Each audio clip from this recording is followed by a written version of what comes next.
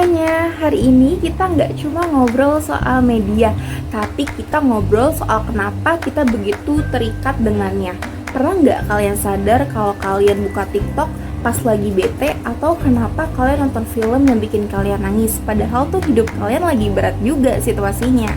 Nah, ternyata semua itu bisa dijelaskan lewat uses and gratification. Teori yang menyebutkan bahwa kita menggunakan media karena kita butuh sesuatu dari sana. Yuk kita bahas lebih dalam soal teori ini. Oke, sekarang kita masuk ke intinya. Teori uses and gratification atau teori penggunaan dan kepuasan mengatakan kita sebagai pengguna media adalah individu yang aktif, sadar, dan punya tujuan. Kita tidak mengonsumsi media secara acak. Kita memilih media berdasarkan kebutuhan kita sendiri.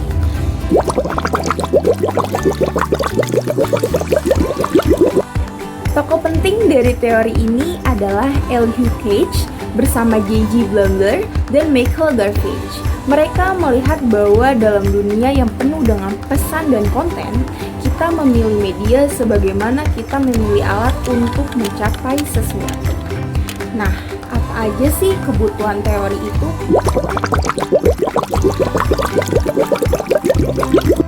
Teori ini mengidentifikasi beberapa jenis kebutuhan utama yang sering dicari manusia saat berinteraksi dengan media. Seperti yang pertama ada diversion, yang dimana pengalihan atau hiburan. Kita menggunakan media untuk melepaskan penat, kabur dari kenyataan, atau sekadar refreshing. Misalkan nonton video lucu, drama Korea, atau scroll TikTok tengah malam. Yang kedua ada surveillance atau pengawasan informasi.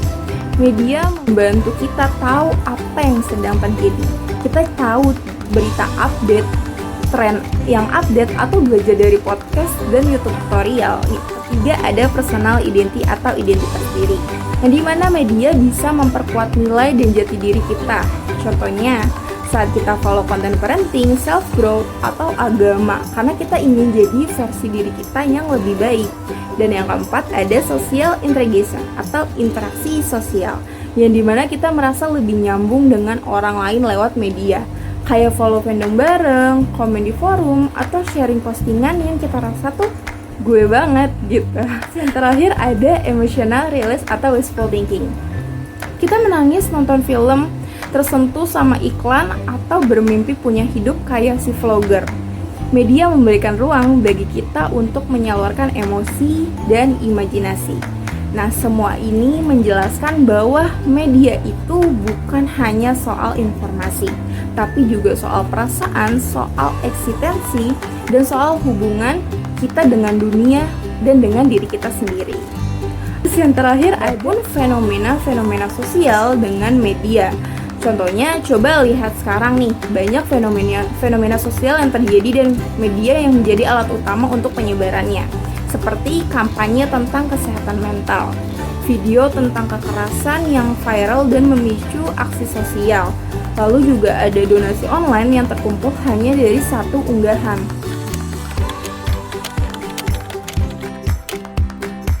Karena audiens merasa terhubung, mereka menemukan pemenuhan emosi, identitas, dan nilai-nilai dalam kampanye. Massa dan media sosial adalah alat kampanye yang sangat kuat.